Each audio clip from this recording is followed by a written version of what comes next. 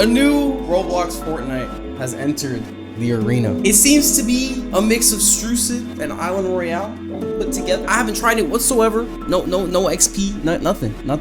This is gonna be my first game. I haven't built or edited in like 3 years. Channel, and today, guys, I'm gonna be talking about Strucid Chapter 4, aka Tropical Royale. This game, when I mean this game, is beautiful. This game is crazy. This is gonna be better than any Fortnite ripoff that's ever been created on Roblox. This is better than, like, I'm putting that on God, on everything. I don't care.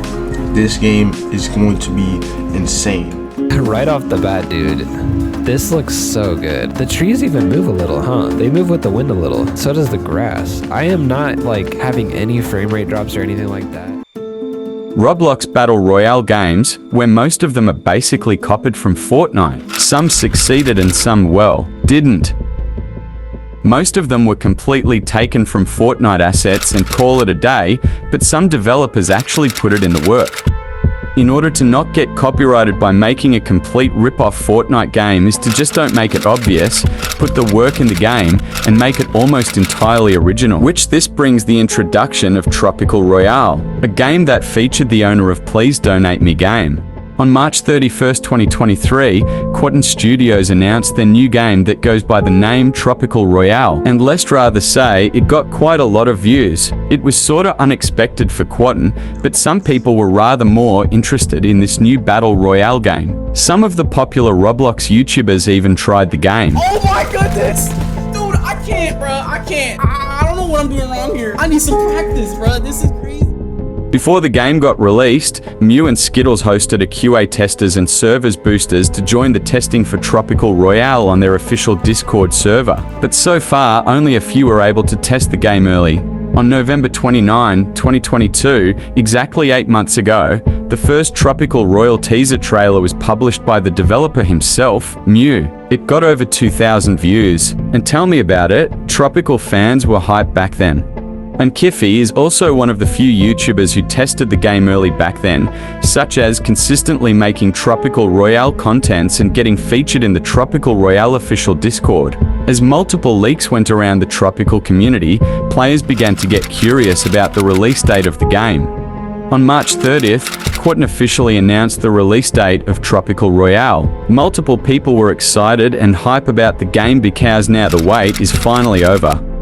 Hazem is promoting the game, players are extremely hype, and almost 1,000 people are active in Tropical. Then, finally, as the timer hits 0, many people immediately hop into the game as they didn't expect the game to have that many details. A game with good graphics, its own cosmetics, and that felt more like the old Fortnite back then. Everyone was extremely enjoying and having fun playing Tropical. That is, until hackers decided to ruin it.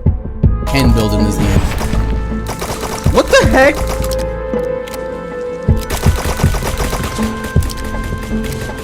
Didn't this game come out like literally 3 hours ago, bro? And there's already hackers? That's crazy, bro. Multiple hackers has been cited by players one by one as it is ruining the vibe and fun for other players that play Tropical normally. That is until the mods actually have to step it up and ban them for good. Thanks to the moderators, there are now fewer hackers except players complaining about sweats, even in the first week of being released. On April 7th, Tropical Royale first update was just dropped. At that time, they added a new POI, a shockwave, a new weapon, and finally, along as the rest. Since mobile is available on Tropical, many players began to get curious about when Xbox support actually will be added. A week later onto another update, Tropical Royale finally introduced us to a new game mode that is Duos, a game mode that has everyone have high hopes for as you can also invite your friends to join the battlefield.